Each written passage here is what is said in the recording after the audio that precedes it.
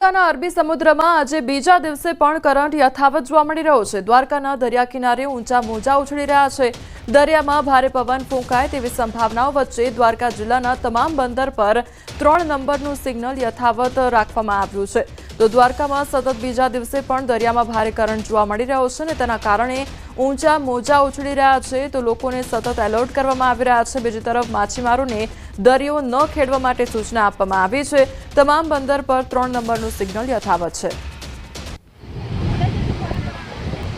તો અરબી સમુદ્રમાં સતત બીજા દિવસે કરંટ જોવા મળી રહ્યો છે। વાવાઝોડું શક્તિની આ જે અસર છે તે જોવા મળી રહી છે અને દરિયાકાંઠામાં કરંટ જોવા મળી રહ્યો છે। ઊંચા મોજા પણ ઉછળી રહ્યા છે, જેના કારણે લોકોને એલર્ટ રહેવા માટે સતત સાવચેત કરવામાં આવી રહ્યા છે। તો બીજી તરફ માછીમારોને દરિયો ન ખેડવાની સૂચના પણ આપવામાં આવી છે।